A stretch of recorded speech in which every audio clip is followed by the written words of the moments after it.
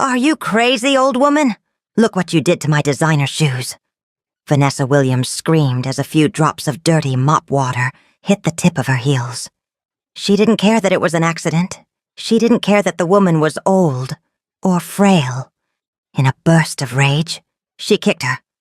Right there, in the middle of the company lobby.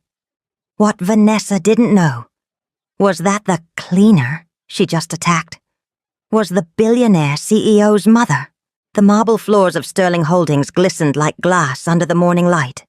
Every click of a stiletto heel echoed authority, and nobody clicked louder than Vanessa Williams, the feared HR manager of the firm's towering headquarters. Her presence was a show. Black-tailored pants, gold-rimmed glasses, blood-red lipstick, and a walk that screamed power. She wasn't just confident. She was arrogant. Vanessa had risen through the ranks quickly, but not through kindness or integrity. She believed in dominance, fear, and never letting anyone forget who the boss was. Interns trembled when she called their names. Even department heads avoided her path when possible. "Good morning, Ma," a junior staff member greeted as she passed. Vanessa barely nodded. Her focus was on her reflection in the lobby mirror. "Perfection," she whispered, smoothing her long weave and adjusting the collar of her blouse. Then she felt it.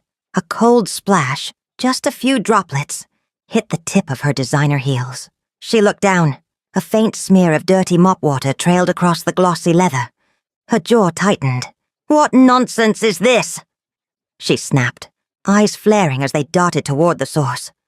An old woman, bent, wrinkled, and frail, was crouched nearby with a mop in hand and a rusted bucket beside her.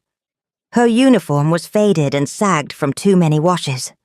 Her hands trembled as she struggled to wring out the mop over the bucket. Vanessa stormed toward her, her heels clacking like gunshots across the marble floor. "Are you blind?" she barked. "You just splashed filth on my shoes." The cleaner looked up, startled.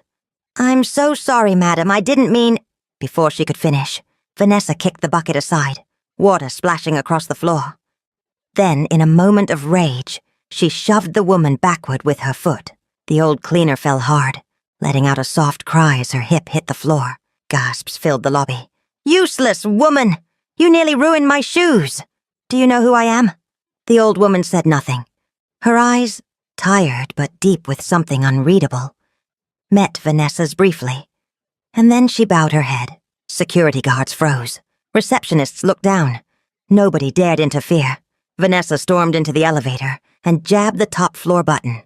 As the doors closed, she muttered, "Trash like that shouldn't even breathe the same air as me." But what Vanessa didn't know, what none of them knew, was that the woman she had just kicked wasn't just a cleaner. She was Martha Johnson, mother of Alexander Johnson, CEO, Billionaire, owner of Sterling Holdings. And this morning she wasn't here by accident. She was sent with purpose. Martha Johnson sat silently in the janitor's break room, her frail frame resting on a wooden bench, her hands still shaking slightly from the fall. A younger cleaner offered her a warm cup of tea and a small first aid kit. "Are you all right, Mama?" the woman asked, gently dabbing Martha's bruised elbow. Martha offered a weak smile. "I've had worse, my dear, but thank you." Outside that cramped room, whispers were already spreading like wildfire. "Did you see what that Vanessa did? She kicked her like a dog. God will judge." But inside the break room, Martha was calm. Too calm. She reached slowly for her old leather purse and pulled out a small phone. She pressed just one number. It rang once. "Yes, Mama?" came the voice on the other end. Rich, clear, calm. "I've seen enough," Martha said. "You need to come down here, now." Silence followed for a beat. "I'll be there in 5 minutes," the voice replied. The call ended. Martha placed the phone back in her bag and sighed. This wasn't how she wanted to be treated, of course. But she hadn't come in search of pity or special attention. She had come to see with her own eyes what her son's company had become. And now, she had her answer. Just then the door creaked open, and in walked one of the front desk secretaries. Jane. She looked shaken. "Mama, I didn't know. If I had known who you were..." Martha raised a hand gently to silence her. That's the point, my child. You're not meant to treat me well because of who I am. You're meant to treat me well because of who you are. Jane's lips parted, but no words came out. She lowered her head in shame. Martha patted the bench beside her. Come, sit. Tell me, how long have you worked here? Jane hesitated, then obeyed. 3 years, Ma. And how does it feel, working under someone like Vanessa? Jane looked around nervously, then whispered, It's like walking on broken glass, Ma. She's smart, no doubt, but cruel, cold. She once deducted my salary because I was 5 minutes late during a flood. Martha nodded, unsurprised. Outside, the elevator dinged. In walked a tall man in a dark blue suit, flanked by 2 aides. His face was unreadable. His steps were purposeful. It was Alexander Johnson, the billionaire, the boss, the son. And everything was about to change. Vanessa sat in her glass-walled office on the 12th floor, sipping her imported vanilla latte, eyes glued to her screen, as she typed a sharply worded memo to the accounts department. Her junior staff had failed to update the staff audit spreadsheet, and she was ready to make an example out of them. She loved moments like this, where her authority could be felt through cold, well-punctuated reprimands. She smiled slightly. Her perfectly polished nails clacked against the keyboard. Then her intercom buzzed. Yes? She answered, irritated by the interruption. The receptionist's voice came through, breathless. Ma. Mr. Alexander. He's here, in the building. Vanessa's hands froze midair. She blinked. What? He arrived less than 10 minutes ago, Ma. He's already in the executive boardroom. He asked for you. The line went dead. Vanessa's heart thudded.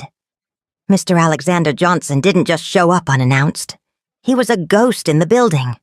Powerful, mysterious, and always away on international deals. Most employees had never even seen him in person, and now he wanted her.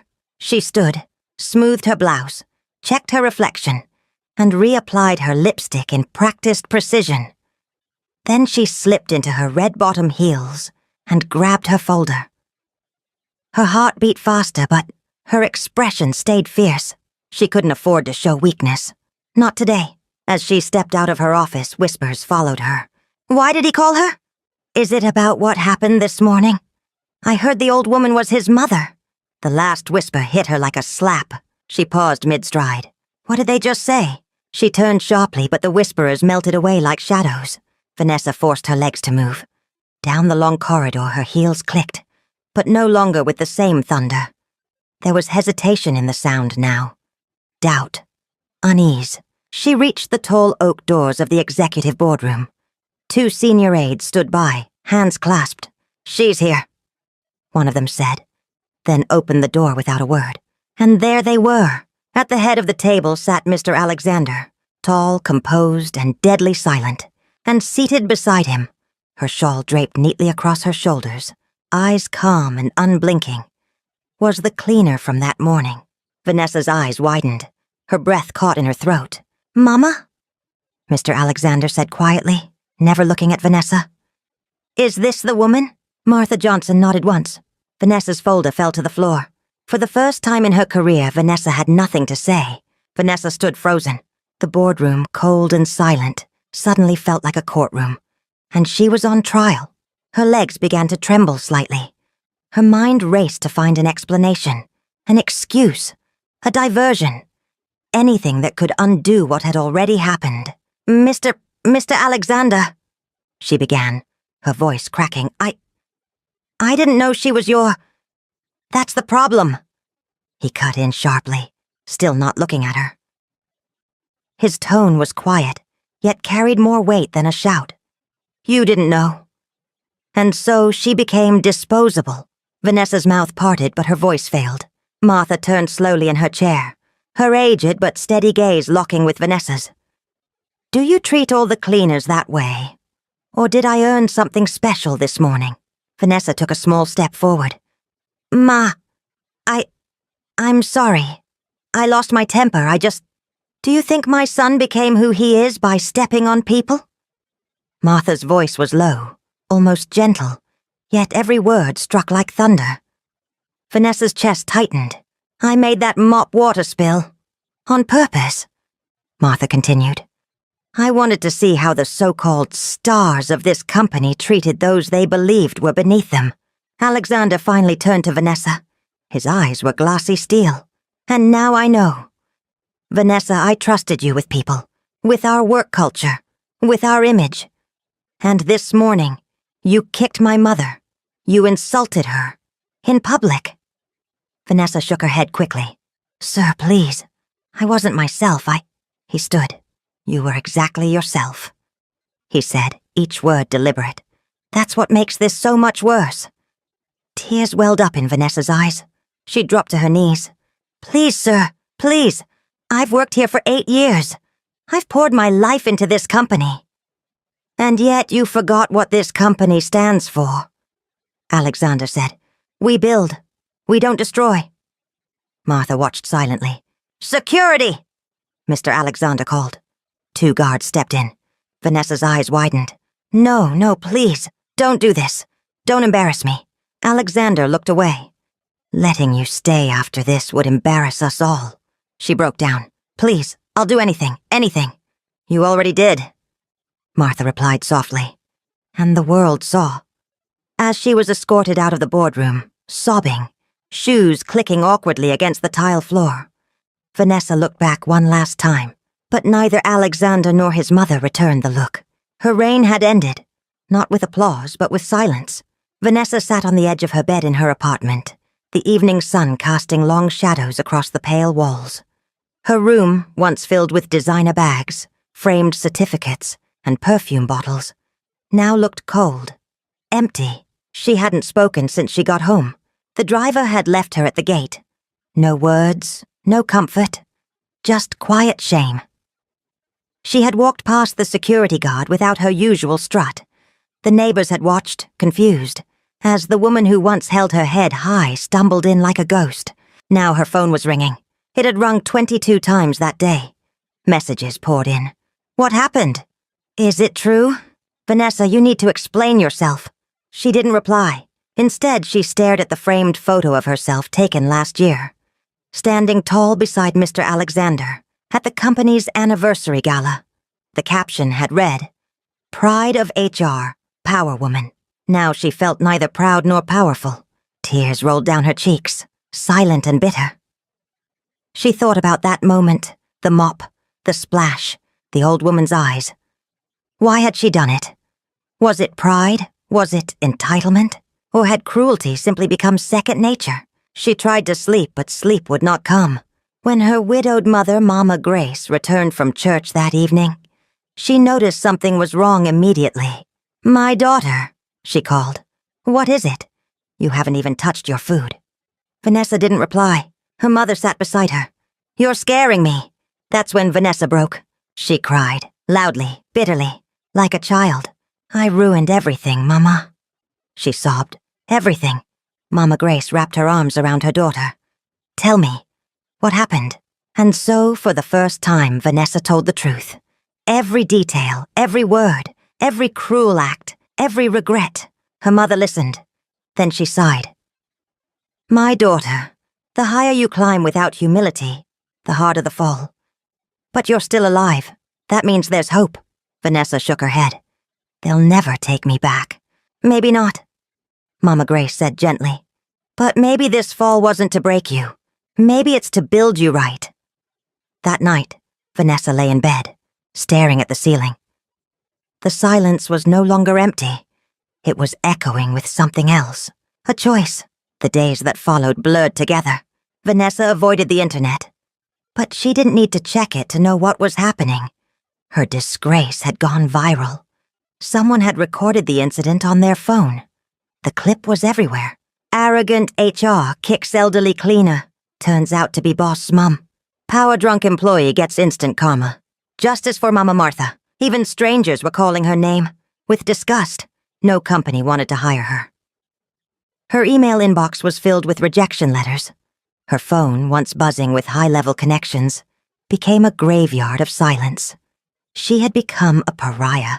Worse, her neighbors began to whisper. That's her, the one who kicked the cleaner. She used to drive a company car. Now she's trekking like the rest of us. It was unbearable. Vanessa barely ate. She couldn't sleep. Her mother tried everything. Prayers, music, even her favorite yam porridge. But nothing worked. The light in her daughter's eyes had dimmed, until one night the silence snapped. Vanessa sat on the floor of the bathroom, trembling, a small vial in her hand. Her mind was numb. Her thoughts were loud. You've lost everything. You'll never be respected again. No one will forgive you. Tears streamed down her face. She opened the vial, and just as she raised it to her lips, bang! Her mother burst through the door. "Vanessa!" she screamed. "What are you doing?" The vial dropped, shattered. Her mother fell to her knees, holding her tightly. "You will not die like this. I didn't raise you for shame to bury you. I raised you to fight, to rise again." Vanessa collapsed into her mother's arms, sobbing. "I'm so sorry, Mama. I thought if I left, it would end the pain." Her mother shook her head. "The pain is a sign you're still alive, and that means you still have a story to write." That night, Vanessa curled up on the couch beside her mother, and in the quiet, for the first time, she prayed. Not for her job, not for her pride, but for strength, for healing, for a second chance. It was a quiet Wednesday morning. Rain tapped gently on the windows as Mama Grace boiled water in the kitchen. The air smelled of ginger and lemongrass, a tea blend she always made when someone was healing. Vanessa sat on the floor, legs crossed, a notepad in front of her. For the first time since her fall from grace, she was writing. Not emails, not HR reports, but a letter to Martha Johnson. Her pen hovered for a long while before she finally began. "Dear Martha Johnson, there are no words that can undo the pain I caused you. I kicked you, insulted you, judged you, and worse, did it with pride. Not knowing who you were didn't excuse my actions. It only exposed who I was. And I hated that person. You didn't deserve to be treated that way. No one does. Since that day, I've lost everything. Position, respect, even the face I once saw in the mirror. But in that loss, something else emerged. Awareness, regret, a yearning to be better. You didn't have to forgive me, but I hope you will. Not because I deserve it, but because I want to rebuild my life from the ground up. Thank you for revealing the truth. I'm sorry for what I did. And I promise, if ever given the chance, I will walk differently in this world. Humbly, Vanessa Williams. She read it back to herself 3 times. Every word felt like it was stitched with pain, but also with something else. Growth. Her mother sealed it in a simple brown envelope and handed it to her. "Let's deliver this in person," she said. Vanessa hesitated. "Do you think she'll even want to see me?" Mama Grace looked her in the eye. "If you truly want redemption, you can't avoid the people you hurt. Healing isn't about comfort. It's about courage." That afternoon, they took a tricycle to the main office of Sterling Holdings. Vanessa didn't enter through the executive elevator this time.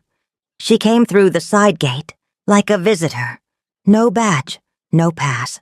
At the front desk, she asked to see Mrs. Martha Johnson. The receptionist blinked in shock. You want to see Mama?"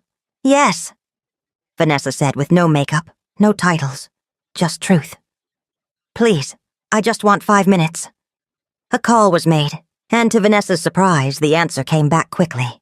"She'll see you now." The waiting room outside the executive lounge was quiet. Vanessa sat alone on the gray leather couch, her palms clammy, the brown envelope resting on her lap like a verdict. Every second that passed stretched like hours. She stared at the walls, where portraits of Sterling Holdings milestones hung in gold frames. She had once believed her face might grace that wall someday. Now she just wanted forgiveness. The door opened. A soft voice called, "You may come in now." Vanessa stood slowly, legs trembling. Her heart pounded so loudly she could barely hear her own thoughts. She stepped into the lounge, and there she was, Martha Johnson, no longer in cleaner's uniform. Today she wore a simple but elegant Ankara wrapper, her gray hair tied neatly, her posture calm. She sat beside a large window with sunlight casting a gentle glow around her. She looked like something between royalty and memory. Vanessa stood at the door, frozen. "Sit," Martha said quietly, motioning to the chair across from her. Vanessa obeyed. The silence was thick. Martha stared at her for a long while, then said, "You look smaller." Vanessa's lips trembled. "I feel smaller." Martha gave a faint nod. "That's not always a bad thing." Vanessa reached into her bag and pulled out the envelope. She placed it on the table between them with both hands, like an offering. "I wrote this. For you. From my heart." Martha didn't pick it up. "I know words can't fix what I did," Vanessa continued. "But I had to try. I couldn't carry it anymore." Martha looked at her, eyes searching. "Why did you do it?" Vanessa blinked. "Do what?" "Kick me." Vanessa hesitated, then answered, voice cracking. "Because I thought you didn't matter. I thought you were just invisible. A mistake on my floor." Tears filled her eyes. "I became the kind of woman I used to hate. Ruthless, proud. I let the position blind me, and I forgot how to see people." Martha leaned back in her chair, her hands folded in her lap. "When my son built this company, I told him something. I said, 'Alex, you'll know the soul of your business not by the boardroom, but by how your staff treat the janitor.'" Vanessa nodded slowly. "And I failed that test." Martha finally reached out, picked up the letter, and held it gently. "Yes, you did." The words hung in the air. "Then," she looked Vanessa in the eyes. "But failure," she said, "isn't the end. It's the beginning, if you allow it." Vanessa gasped. "You're forgiving me," she whispered. "I'm choosing grace," Martha replied. "Because I've made mistakes too. Just not in front of cameras." Vanessa broke down, quiet sobs, shoulders shaking. She covered her face with both hands. Martha didn't rush to hug her. She simply allowed the silence to hold her, and that silence said, "You're not beyond redemption." 2 weeks passed. Vanessa spent her days volunteering at a local food bank her mother's church operated. She swept floors, served rice and beans, and folded plastic chairs after every service. Some people recognized her from the viral video. Others whispered. A few laughed. But she didn't flinch. She was learning to walk again, this time with her head bowed in humility. Then one morning, a message arrived. It wasn't a phone call. It wasn't an email. It was a handwritten note slipped under the door. "Report to the HR training office. Sterling Holdings, Monday, 8 a.m. Ask for Ms. Abbasi. Do not wear heels." No signature. Vanessa's hands shook as she read it again. She had no idea what it meant. But something told her. This was it. The moment she didn't expect, but deeply hoped for. That Monday, Vanessa wore a plain gray blouse and black flats. No makeup, no jewelry.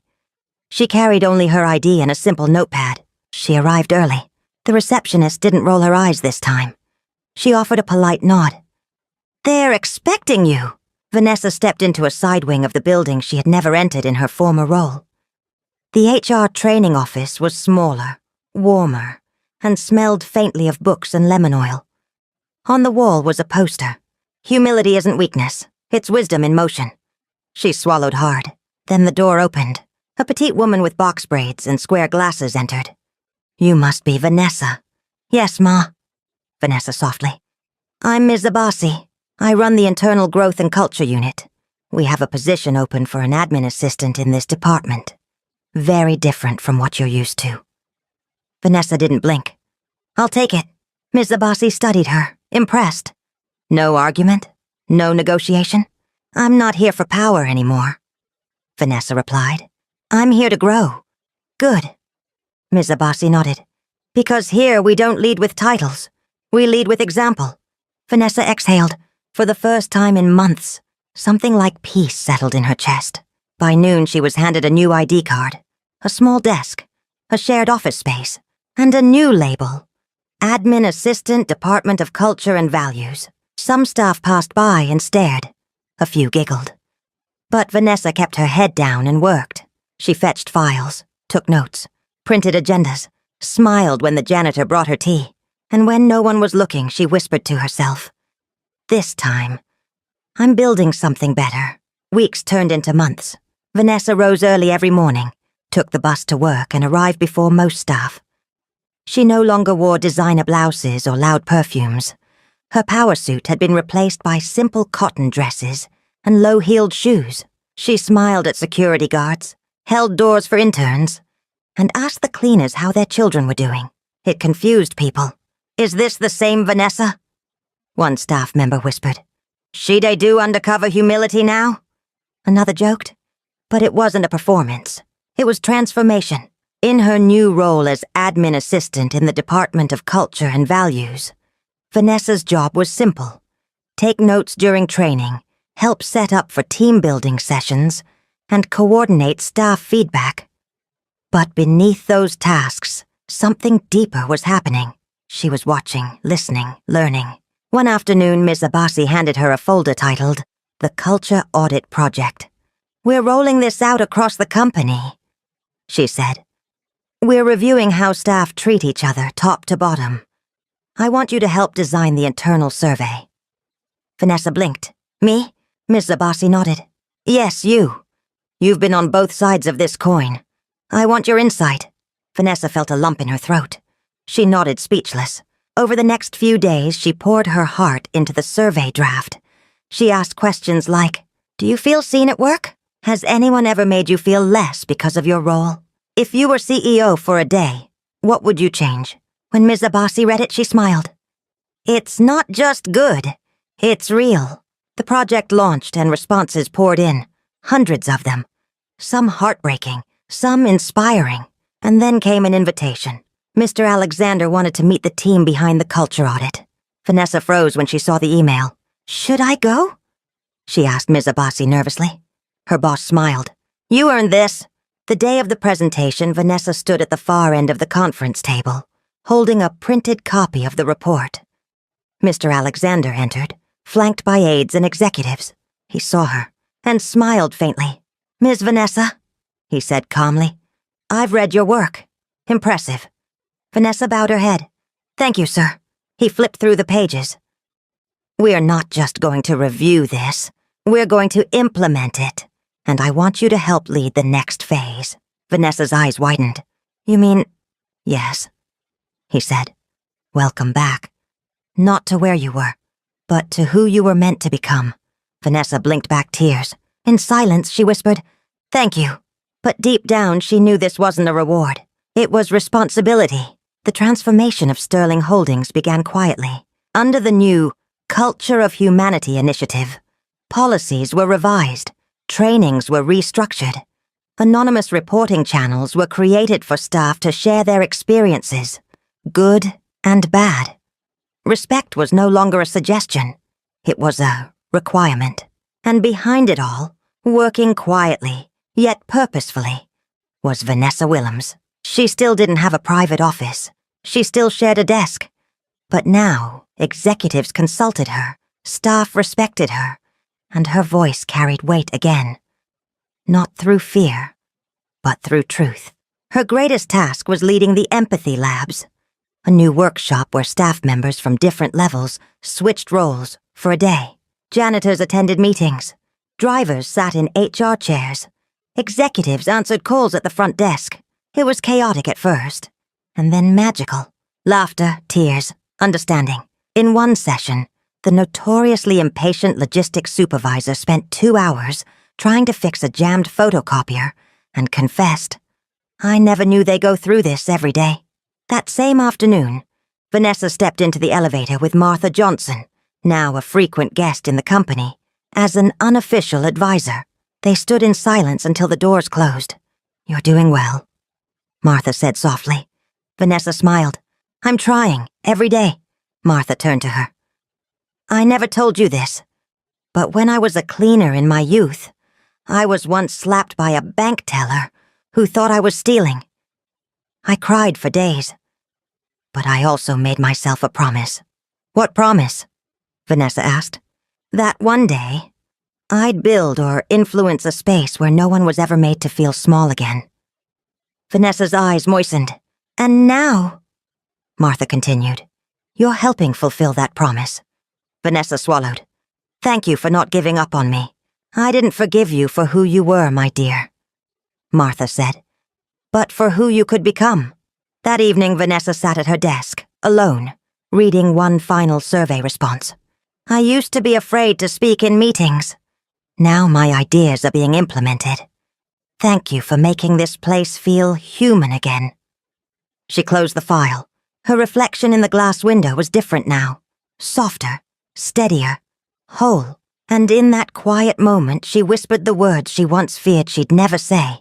I like who I'm becoming.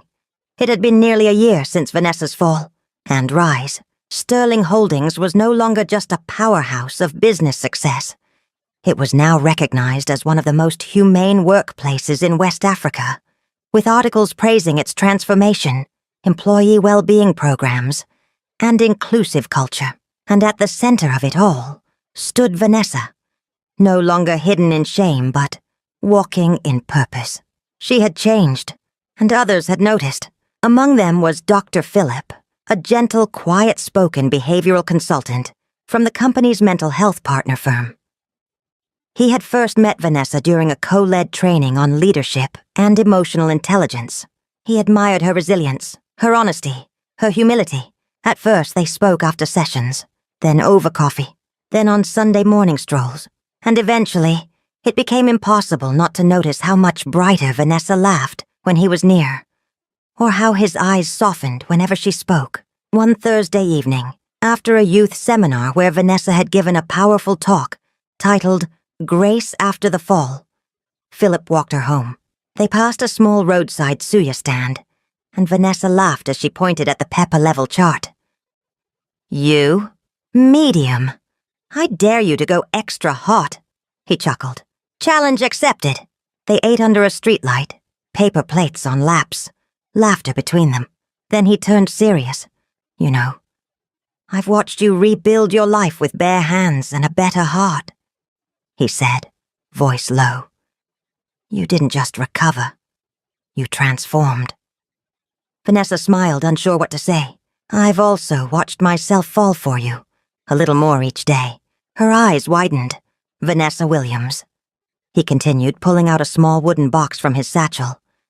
I'm not here to fix you. I'm here to honor your journey and build a future with you. Will you marry me? Vanessa's heart thudded in her chest. Her hands flew to her mouth. She couldn't believe what she was hearing. The girl who had once been shamed publicly, kicked out of an office in tears, was now being asked to share a life with someone who saw her, not for her past, but for her healing. Tears slipped down her cheeks. She whispered, Yes, I will. Philip slid the delicate silver ring onto her finger. It didn't glitter with diamonds, but it sparkled with meaning. And that night, under the Lagos stars, Grace wrote a new chapter in Vanessa's life. The sun shone softly over the grand atrium of Sterling Holdings, filtering through the skylight and warming the polished marble floors below. But today was no ordinary day. Banners lined the halls. 1 year of transformation, a celebration of culture and grace. Staff bustled with excitement. Guests filed in, industry leaders, media reps, NGO partners. A small orchestra played gently in the background. Everything had been planned to perfection. But the most anticipated moment wasn't the speeches or the performances. It was the keynote speaker, Vanessa Williams, no longer an HR tyrant, no longer a disgraced ex-employee, now the director of staff well-being and organizational culture, and the woman behind the company's redemption. As she stepped up to the podium, dressed in a simple blue dress with her engagement ring glinting under the lights, a hush fell over the crowd. She took a breath, looked around the room, then down at the marble floor beneath her heels. It looked almost identical to the day she had kicked a cleaner across it. Almost. But everything had changed. She began. There was a time I believed respect was earned through status. That power came from fear. That appearances defined worth. She paused. Her voice was steady but raw. Then one day, I kicked a cleaner on this very floor, because I thought she didn't matter. The room went silent, not with judgment, but with reverence. I didn't know that woman was the mother of my boss. But that wasn't the real mistake. The real mistake was believing anyone deserved to be treated less. because of who they weren't. Cameras flashed, heads nodded. That floor, she pointed gently downward, didn't just reflect my image that day. It reflected my arrogance, my fall, and, eventually, my transformation. Martha Johnson, seated in the front row beside her son Alexander, dabbed at her eyes. Philip watched from the side, smiling, his arms crossed with quiet pride.